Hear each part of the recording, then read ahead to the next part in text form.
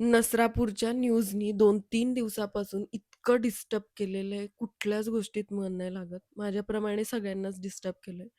पण एक आई म्हणून खूप जास्त डिस्टर्ब झाली आहे. असं वाटतंय, की माझ्या मुलीला मी कुठेच बाहेर पाठवणार नाही. इव्हन ती स्कूलमध्ये पण सेफ नाहीये आजच्या जगात. कुठंच सेफ नाहीये. आज आहे ना, आई म्हणून मनातली गोष्ट सांगतेय. जी घटना घडली त्याच्यावरून सांगतेय.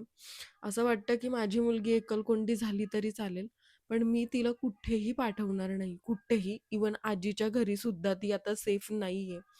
आणि इतका राग येतोय, की असं वाटतंय त्या नराधमाला ही फाशीची शिक्षा सुद्धा कमी पडेल.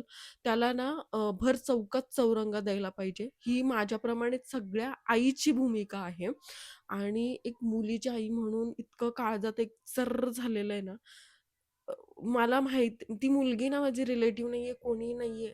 पण एक मुलीची आई म्हणून ती न्यूज ऐकून माझ्या काळजात इतकं चर झालंय, इतके वाईट-वाईट मनात भावना येतायत, विचार येतायत ना. आणि सगळे रिलेटिव्ह फोन करून सांगतायत, की "बघ तिला बाहेर कुठेच पाठवू नको, कुणाच्याच घरी पाठवू नको, एकटं पाठवू नको. तिला कपडे व्यवस्थित घाला, असे तिच्या अंगावर दागिने ठेवू नको." म्हणजे तिच्या पायात 3 वर्षाच्या मुलीच्या पायात बेड्या घालायच्या. हं. का तर नराधमांच्या मानसिकता बिघडली आहे म्हणून. इतका प्रचंड राग येतोय. असं वाटतंय फाशीची शिक्षा ही शून्य आहे त्या माणसाला. चौरंगा द्यायला पाहिजे भर चौकात. चौरंगा. बस एवढीच मागणी आहे सध्या तरी.